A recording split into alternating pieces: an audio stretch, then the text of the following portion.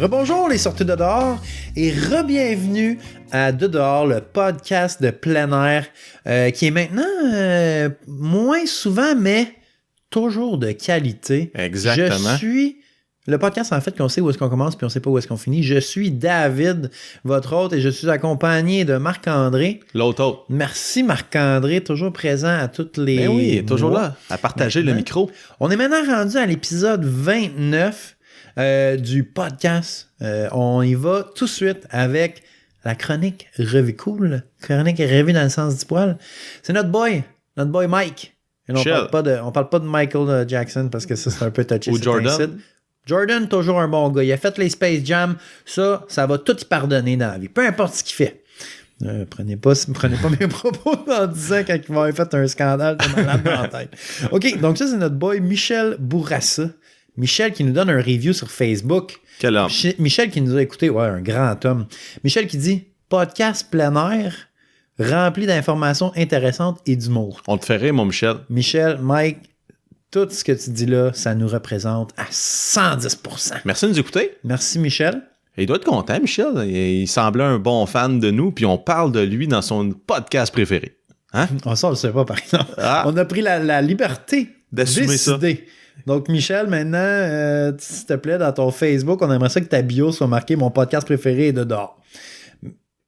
C'est une suggestion. C'est une suggestion, tu sais, tu fais ce que tu veux. Mais tu sais, ça s'est dit un podcast. Michel, c'est un gars allumé. Je vais vous présenter un autre gars Un peu éteint. qui est un petit peu éteint. Chronique du perdu. Oui. Donc, Chronique du perdu, quelqu'un de Chambly dont je vais taire le nom, Mettons qu'on l'appelle Charles-Éric. Charles-Éric. Charles-Éric de Chambly. Ouais. Ça, c'est un homme de 67 ans qui Ok. s'est perdu pendant 24 heures dans une forêt de la Pas jeune. Haute-Mauricie, à La Tuque. Ouais. En fait, ce qu'il faisait, c'est qu'il est allé à la pêche, puis il s'est perdu. Puis sa femme, elle pêchait. Il pêchait à la truite, je pense. Je pense qu'il pêchait à la truite. OK. Le poisson. Pêchait le poisson. Michel le poisson. Donc, il s'est perdu pendant 24 heures pendant que sa femme l'attendait dans le chalet. Il avait fait un petit spaghetti gratiné, là. Je sais pas ce qu'elle avait fait, mais elle l'attendait. Elle se faisait du mauvais sang. Donc, notre ami Charles-Éric nous a dit être perdu dans le bois, c'est pas un cadeau. T'as le temps de penser, puis t'as le temps de penser longtemps. Donc, c'est un homme qui était pas très d'introspection. Non, mais c'est quand même un philosophe. Il a pensé à ça, là. Ouais, exact. Il a eu peur toute la nuit. En fait, il a pas pu dormir. Puis en fait, ce qu'il disait, j'ai surveillé toute la nuit. Parce qu'il avait peur des... Ah, il faisait comme la garde, là. Il Comme, faisait des tours de garde, ouais. Ouais, tu sais, dans les films, là, dans les vieux films, là, qui prend la première garde? c'est lui qui a fait ça, mais lui, il était tout seul. Fait qu'il avait la première et la dernière garde. Puis il n'y avait pas d'allumettes puis de couteau. Tu étais parti à la pêche bien léger. Tranquille, là. Il a dit qu'il a fait des petites armes avec des bouts de bois. OK. Puis c'était rien que d'un coup qu'il aurait eu à se défendre. Moi, tu stabé avec ma branche. Exactement. Donc, en fait, ce qui s'est passé, c'est qu'il était parti pour une heure et demie à la pêche pour le souper. Fait que s'était amené une petite bâtonne. Une petite bâtonne. Petit bar-cliff. Avec s'more, là. Non, pas une bar-cliff. Une bar-cliff, ça remplit. C'est juste Exact. la petite bâtonne, là. C'est au s'more, avec des petits marshmallows dessus, là. Du petit coulis de chocolat, là. J'ai aucune idée de quoi tu parles, mais il n'est pas mention de sa collation. OK. En fait, il pêchait, puis là, ça mordait pas. Il s'est retourné pour rentrer, en fait, puis là, il est retourné du mauvais côté. Donc, au lieu d'aller à gauche, il allé à droite. Ah, un grand... Il y avait la map scannée dans la tête, hein? Exactement, c'est là qu'il s'est perdu. Il était sûr que ce qu'il faisait, mais la nature, ça change. Ben oui. Les arbres avaient probablement bougé. Il y avait une chemise à manches courtes. Il avait bien peur. Puis ce qui se faisait manger aussi par les mouches, il était très, très inconfortable. Oh ouais, on a déjà vécu ça. Être pris dans le bois avec des mouches, c'est quelque chose. Exactement. Puis le lendemain, vers 5h30 du matin, sa femme, elle a appelé la police. Là, il y a eu des recherches. Tout le branle-bas de combat de la Sûreté du Québec. Puis vers la fin de l'après-midi, il a entendu des cris. Puis lui aussi a crié en retour. Puis c'est là qu'ils l'ont retrouvé. Puis là, il dit, je savais pas si c'était mon imagination ou les moustiques, mais moi aussi, j'ai lancé un grand cri. Oh, un cri au désespoir. Tout ça, ça finit bien. Mais attends, faudrait dire... Oui. Ben attends, j'ai pas fini. OK, excusez. Ça finit bien. Puis le plus drôle dans cette histoire-là, c'est que notre ami Charles-Éric a été retrouvé à moins de 500 mètres du chalet. Donc, il était fatigué, des courbatures. Ils l'ont pas envoyé à l'hôpital. Il était en bonne santé, mais il reste qu'il s'est perdu pendant 24 heures à moins de 500 mètres du chalet. C'est un gars à shape, overall. Ben oui, écoute, c'est vrai que 500 mètres, ça peut être loin dans le bois. Ben, si c'est dense, il était dans le coin de la Tuque. On ne sait pas l'état de la forêt. Il y a des ours dans ce coin-là, ça peut être dangereux. Mais c'est ça. Donc faites attention, même si vous pensez que vous êtes dans un milieu familier. Hein? Tu tournes à gauche au lieu de tourner à droite, puis tu es si rapidement perdu. Mais tu sais, 3 à droite, ça fait une gauche. Exactement. Exactement. Donc c'était la chronique perdue. David, là, pour faire contraste. Puis faire une belle transition lisse, là, tu vas nous parler les deux chroniques. Du perdu champion. En fait, chronique exploit. Champion. Ben, en fait, c'est ça, la chronique à exploit, mais on aime bien l'appeler la chronique perdu champion.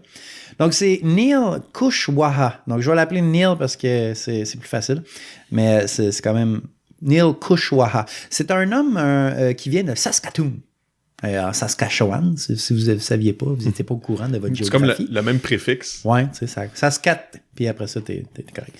Donc lui, c'était quoi son rêve? Monter l'Everest. Donc lui, il fait tout le kit. Il va à l'Everest, il commence ses affaires, tout ça. Il fait sa acclimatation, tout ça. Là, le jour qui commence, c'est aujourd'hui qu'on pique. Camp 4, là. Il fait beau. Camp 4? Je sais pas, le dernier, c'est Camp 4. Ah, je sais pas, j'ai jamais vraiment regardé. Oui, j'ai déjà regardé des documentaires, mais je ne me souviens pas les numéros de camp. OK. En tout cas. Le dernier camp. Le dernier camp. Et là, il est au dernier camp, c'est demain, là, c'est là que ça se passe. Il part. Puis là, il va, puis là, il se rend compte. Il entend sur la radio des Sherpas. Il y a un gars qui file pas en haut, à 7000 mètres. Là, lui, il se dit, ah, tabarouette, OK. Fait que là, il part, le gars, il arrive au gars. Le gars, il avait reçu une roche sur la tête. Il n'y avait pas d'oxygène. Et le gars, il allait mourir si personne ne faisait rien. Dans fait que lui, puis un autre gars. Ouais, dans un très piteux état. Lui, puis un autre gars que dans l'article, ça dit juste un autre homme. Tu sais, il était aussi vaillant que Neil, mais on s'en fout. L'autre, son acolyte. Exactement. Donc, le gars, il saignait, il gémissait. Sûrement qu'il était tout pété. Là, tu manques de sang, il était tout à 7000. T'es comme, je vais pas m'en souvenir. Mais lui, Neil, ce qu'il a fait, il a pris le gars, il l'a mis sur ses épaules, puis il a descendu avec. Il a dit, regarde, moi, mon rêve, là, ça vaut pas la vie de quelqu'un. Il y a plein de gens qui passaient à côté, qui montaient, comme moi, m'en va piquer. Moi, c'est ça, je pique, je suis un pick bagger.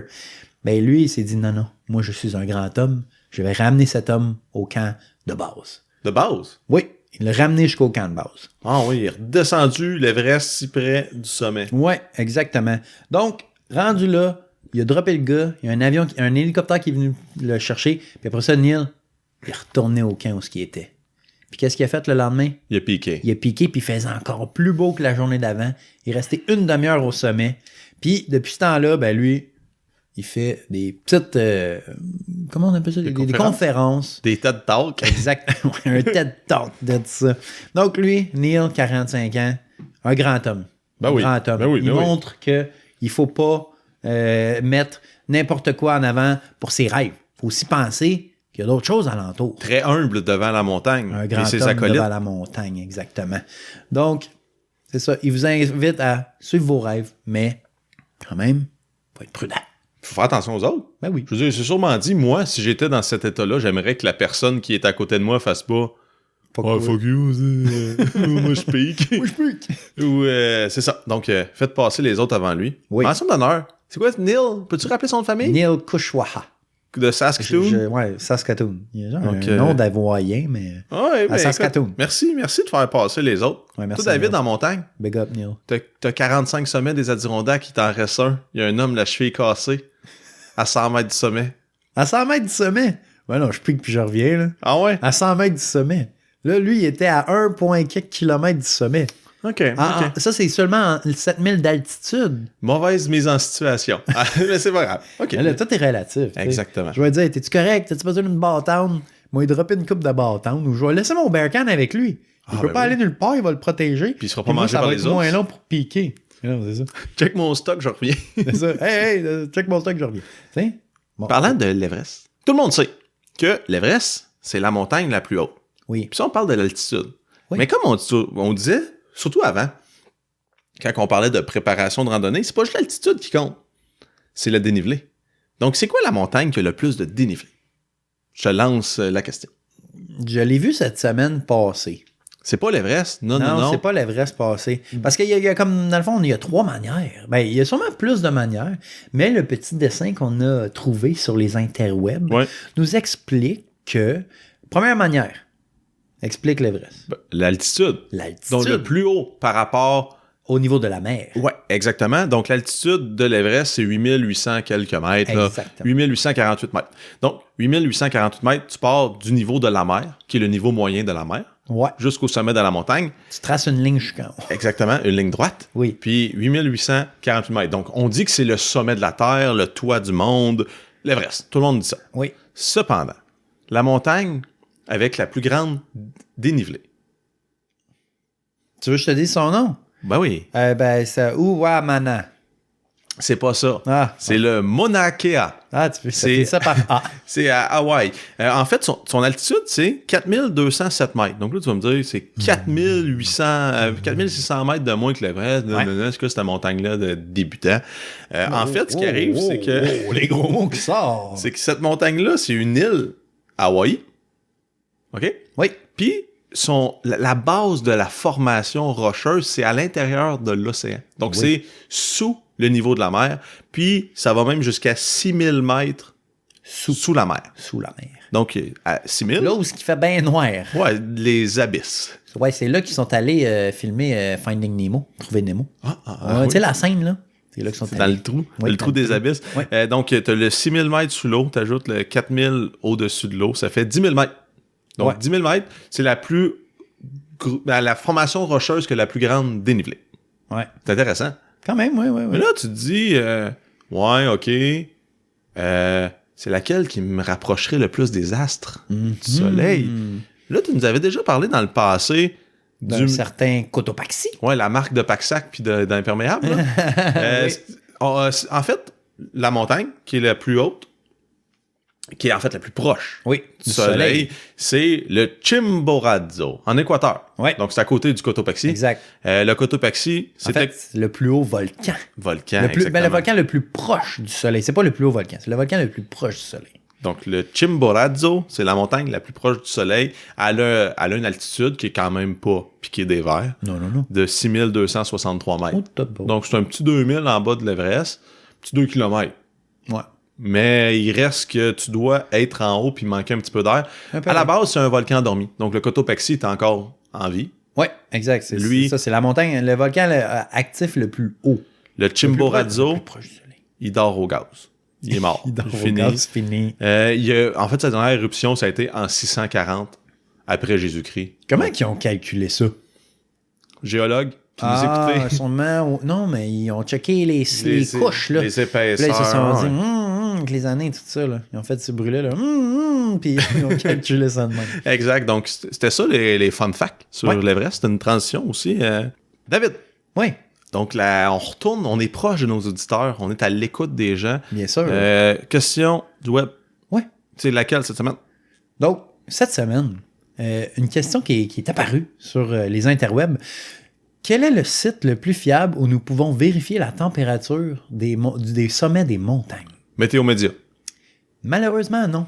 Environnement Météo Canada. Média, AccuWeather, tous ces sites-là, ce que ça donne, c'est la température pour les villes. Donc, et au niveau du sol. Dans les grands centres, en fait, dans les villes. Ça peut être une bonne indication, mais on sait très bien que la température et la météo changent énormément vite au sommet des montagnes, vu leur altitude plus élevée. On s'entend avec les Adirondacks qu'il y a des grandes chances que souvent l'été, il pleuve, même si dans la ville, il pleut pas pantoute.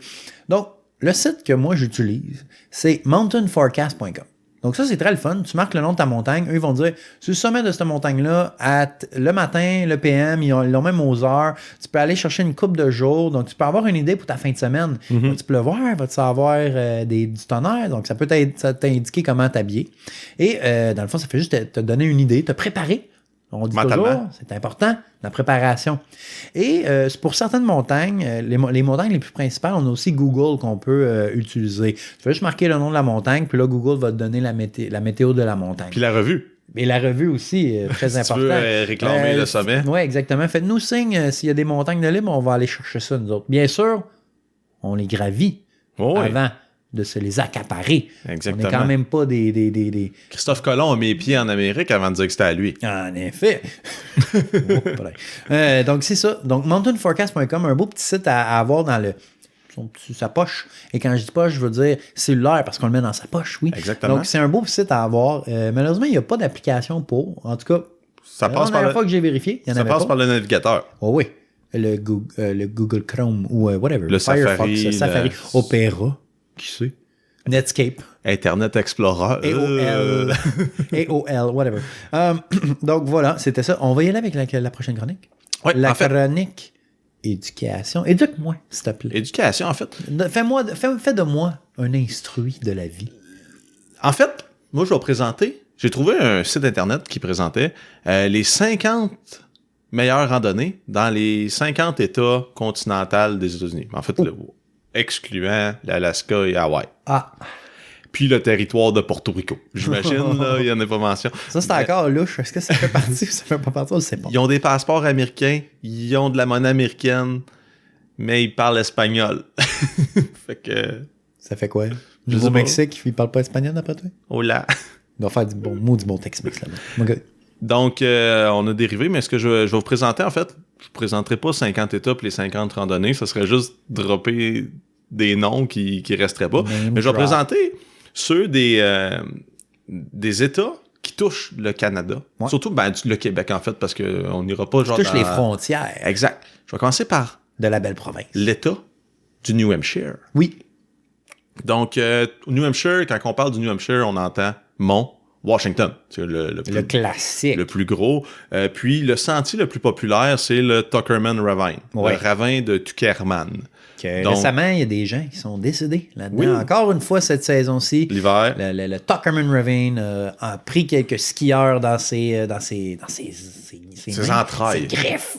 Ouais, c'est ça. Donc, si vous voulez gravir le mont Washington, puis éviter les foules, parce que l'été, c'est plus facile y accéder, c'est moins... Ouais, c'est très populaire comme...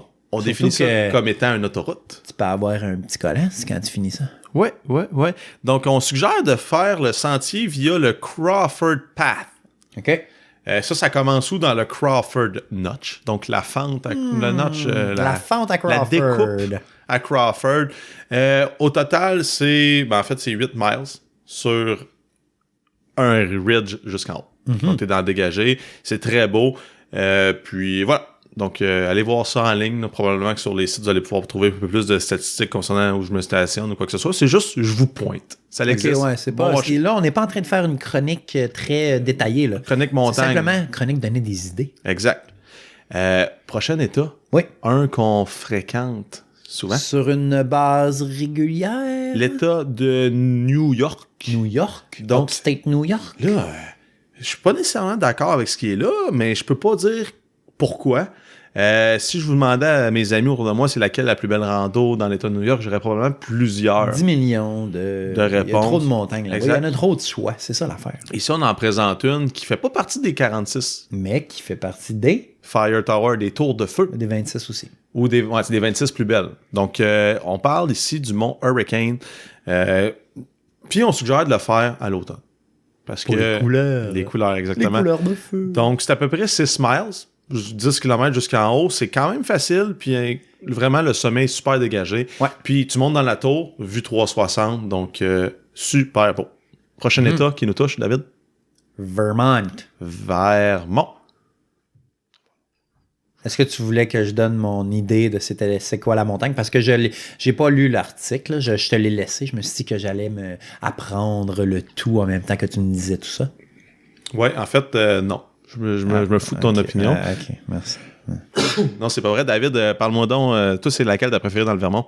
Moi, je crois que c'est Camel Hump qui ont choisi. Aurais-tu, par hasard, écrit l'article? Parce qu'ils sont du même avis que toi. L'as-tu déjà fait? Oui, j'ai déjà fait. Vends-moi-en pendant 2 minutes. Le Camel Hump, je te dirais, c'est quand même... C'est pas une montagne très difficile. Elle est quand même... Moi, je dirais moyenne, de calibre moyen. Moi, je l'ai faite pendant l'hiver, puis j'ai ouvert la trail tout le long, puis il y avait comme de la neige jusqu'aux genoux. Fait que c'était quand même une montagne qui m'a beaucoup tiré d'énergie. Mais rendu au sommet, t'as comme une genre de petite plaine sur le sommet, puis après ça, t'as un petit mini stretch jusqu'à la fin. Puis quand on est arrivé là, il ventait comme ça n'avait aucun sens. J'ai un beau vidéo de moi qui essaie de faire un selfie puis qui sac le camp à cause du vent.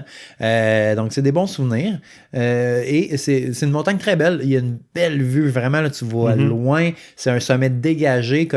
C'est le sommet comme sur le top d'une bosse de chameau. Ah! C'est là que ça tire son nom. Quand on le regarde sur le side, il y a 2 bosses. Donc, c'est de ça. C'est la plus grosse bosse. C'est le Camel Hump. Donc, c'est ça. Un peu comme je disais dans les Adirondacks, ici, on suggère une randonnée qui n'est pas sur l'attraction principale. Non. Donc, c'est pas le Mont Mansfield qui est le plus haut. Ouais. C'est à côté.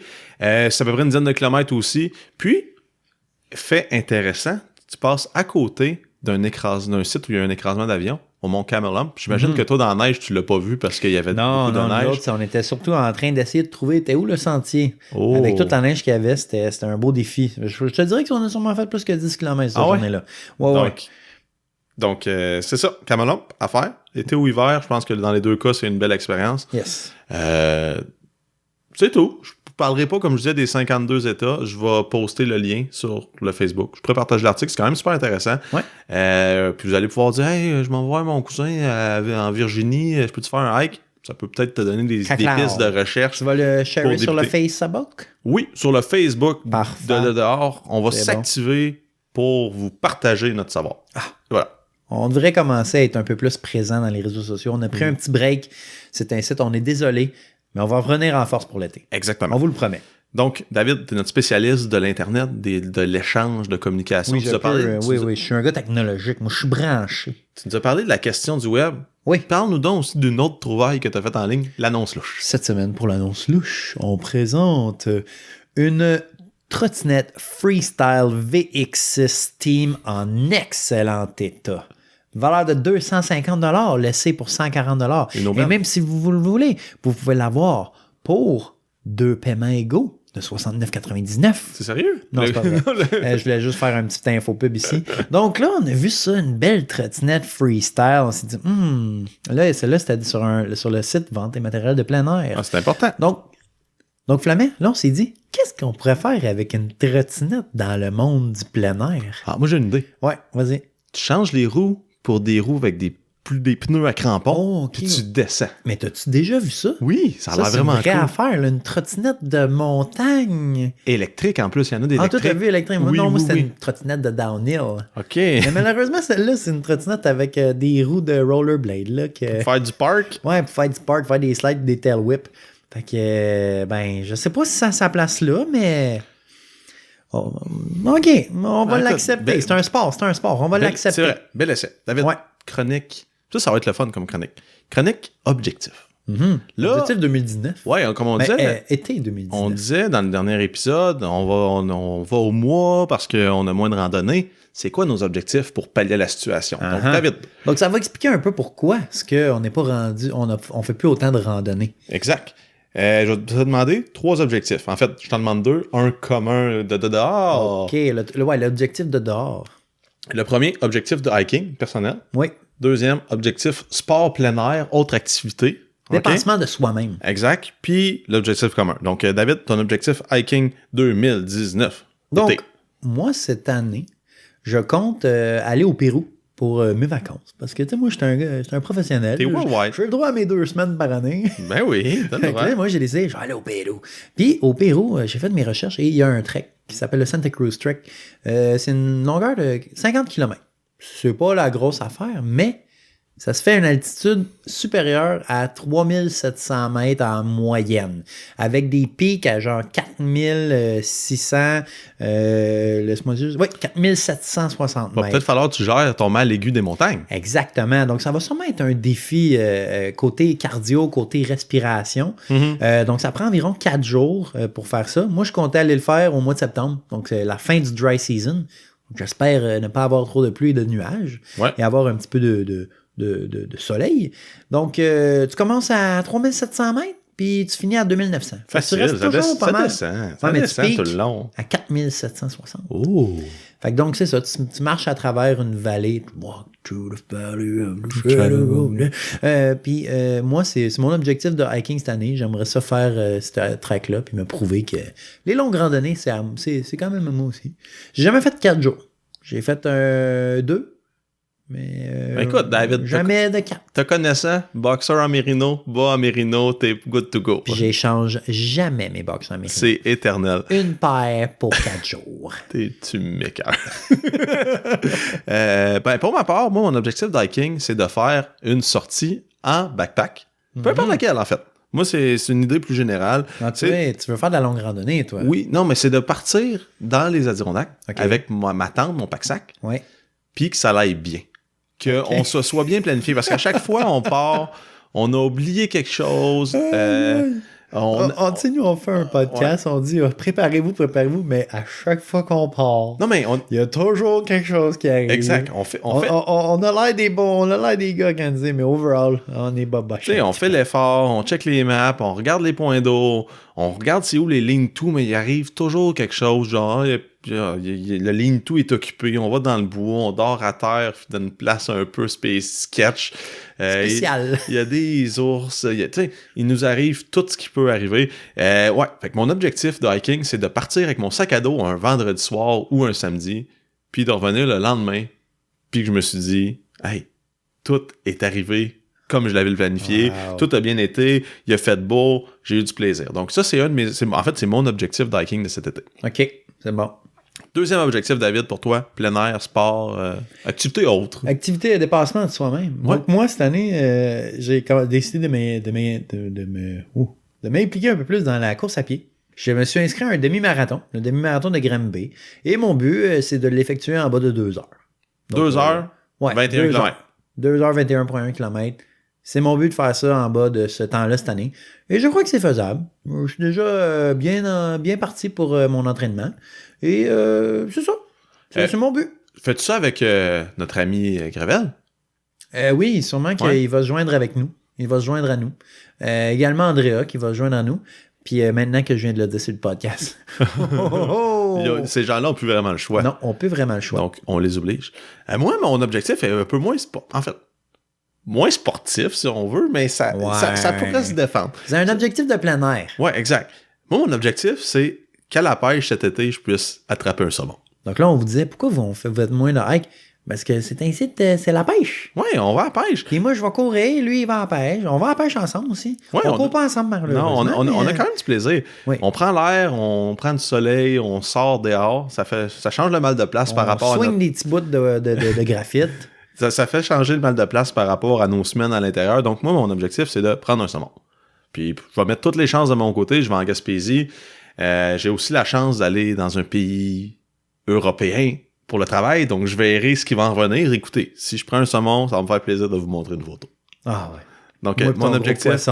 Un peu comme sur les applications de dating. Là. Il y a toujours un gars avec une photo d'un gros poisson. Ça impressionne jamais les filles, mais c'est pas grave. Non, mais les gars savent. Les gars en effet. savent. Gros poisson, qu'est-ce que ça veut dire? On le sait pas. Du coup, poisson montagne. Mais ouais, c'est ça. Donc, mon poisson, je vais le remettre dans l'eau parce que je trouve que c'est une ressource qui est fragile, mais je vais être fier. Mon saumon. OK. Mon saumon. C'est bon. Catch and release. Notre objectif commun? Ben, ça fait longtemps qu'on en parle. Oui, vous le savez. Vous en doutez. Sûrement. C'est de terminer les 46 sommets des Adirondacks. Ça va, ouais. C'est ambitieux. Moi, ce qui me reste, c'est 5 sorties. Je l'ai calculé. J'ai même déjà mis des dates sur un calendrier. Je te le dis pas lesquelles. Parce que je vais attendre que la météo soit clémente. Puis en temps et lieu, je te le dirai si t'es prête. Puis de mon côté, il m'en resterait 7. Donc, faut que je compense pour les randonnées que David a faites avec Joe Explore puis Robin de Physio Rando. Mais oui, je pense que c'est atteignable. C'est atteignable. Oui. Il n'y a pas de problème. Facilement. On est capable. Quitte à finir ça durant les couleurs à l'automne. Les couleurs, ben moi je crois, c'est automne 2019 là, qu'on va terminer. Là. C'est ce que je crois. Puis j'aimerais peut-être en rajouter un autre. McNaughton? Non, qui est pas... Tu veux pas faire du bushwhack? Qui est pas un objectif commun. Mais en fait, qui est un objectif commun. OK. Mais qui est pas... qui rentre pas cet été. Parce qu'on parlait de l'été, là, on a tiré à l'automne. Moi, j'ai tiré ça même à l'hiver. OK. Aller faire la Trap Dyke. On est allé cette année. On est allé Saint-Né. Oui. On est allé voir ce que ça prenait. Oui. L'hiver prochain. On s'équipe puis on y va. On monte jusqu'en haut. En yo. En yo? On monte en yo. En faisant du rap. Ouais, c'est ça. Comme les yo et les poils. avec des jean coats. Let's go. Donc, David. Oui. Pour terminer cet épisode-là, l'épisode 29. Oui. On fait place à la chronique philo. chronique cours de cégep. Oui, mais en fait, justement, c'est notre boy, Neil Kushwaha, le perdu champion qu'on a parlé au début. Il y avait une phrase qu'il a dit, parce qu'il fait beaucoup de conférences, qu'il a dit durant une de ses conférences. Puis j'ai trouvé que c'était beau, tu sais. Puis je trouve qu'elle fit aussi dans le répertoire québécois. En effet. Donc, la forme physique et la force du mental, c'est important. Mais ce qui est aussi important, c'est d'apprendre les mathématiques, la biologie, la physique et les autres sujets liés à l'alpinisme. Donc, la force du mental. Allez vous instruire. Le mental, comme il disait dans les boys. Ouais, dans les boys. Ouais, puis c'est vrai que c'est important parce que moi, tu sais, l'escalade qu'on a appris un peu sur le tas, si on peut se permettre l'expression. Un peu beaucoup. Ouais. J'avais acheté un livre là, sur comment faire des ancrages, des nœuds, des techniques de base de l'alpinisme et de l'escalade. Puis il y avait des vecteurs. Il y avait des newtons, puis des kilonewtons, puis des angles. Puis en étant issu d'un programme d'ingénierie, en ayant fait ton cours de physique. Physique statique, j'étais à même de comprendre. Ça faisait du sens. Ouais. Je liais ça à l'école. C'est ton mousqueton quand c'était marqué 27 kilonewtons. Je savais c'était quoi. Donc, les jeunes, lâchez pas l'école. C'est important. Si vous voulez jouer dehors, ça fait toujours du sens, en fait. Jouer dehors? Ah, excusez-moi. Merci. L'abus de langage ici. Merci d'avoir été là cette semaine, David. Merci ça fait le tour de l'épisode 29. En effet. Suivez-nous sur Facebook, de dehors, Instagram, de dehors. On n'a pas d'autres plateformes de réseaux sociaux. On est aussi disponible et très, très disponible sur Patreon. Donc, si vous appréciez... très, très disponible. Si vous appréciez notre contenu, n'hésitez pas à nous encourager. Une autre façon de nous encourager aussi, c'est de parler nous à vos amis. Oui. Bouche-oreille. Clavier à yeux. Clavier à yeux. Donc, c'est toujours aussi une bonne façon de nous encourager. On aime aussi, pour populer notre chronique flattage dans le sens du poil. Oui. On aime bien que si vous nous laissez des commentaires, donc sur votre plateforme de podcast, sur Facebook, ou même, envoyez-nous un petit messenger. Hey les gars, j'aime ce que vous faites. Lâchez pas. Keep up the good work. Ça nous fait chaud au cœur. Et cette semaine, on a un objectif à vous proposer. Donc, l'objectif, c'est de nous envoyer vos objectifs estivaux. Donc, dites-nous c'est quoi que vous voulez faire cet été. On est curieux. Exactement. Puis quand on va publier l'épisode... Écrivez ça sur notre toile. Montrez-vous publiquement. Quand on va publier l'épisode, on mettra une image qui invite les gens à participer. C'est quoi, genre, hey, voici l'épisode. Allez, viens, on est bien ici. Ouais, c'est ça. Viens donner tes objectifs. Épisode 29, donnez-nous vos objectifs, puis on pourra en discuter. Puis peut-être que vous allez trouver quelqu'un qui a les mêmes objectifs que vous allez pouvoir vous entraider. Eh oui, on va créer une communauté de dehors. On est là. We are here. Fait que merci d'avoir été là. C'est acquis. On se retrouve pour le prochain épisode qui va être le 30e. Ouais, 30e. C'est un autre milestone, un autre jalon qu'on atteint. Donc, merci encore une fois d'avoir été là. Puis on se voit où, David? On se voit à dehors.